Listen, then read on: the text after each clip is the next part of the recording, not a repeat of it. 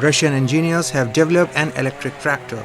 The new machine looks no different from its diesel counterparts. The difference is perceptible by ear.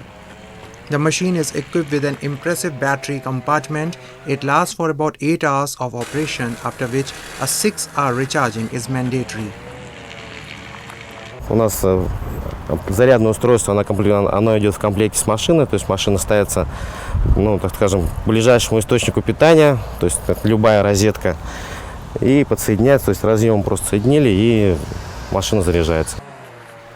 The engine is noticeably more compact than the usual internal combustion engine. According to the developers, it requires fewer consumables. There's no need to change oil or coolant, neither do the filters. The attachments are powered by the same engine, also electric. The development of the electric tractor began in 2021. It is a joint project of specialists from several Russian cities, Kaluga, Moscow and Cheboksary.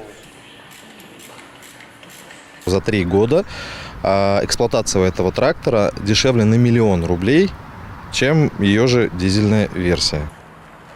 This tractor can be useful not only in the field but also in zoos, nature preserves and nature parks.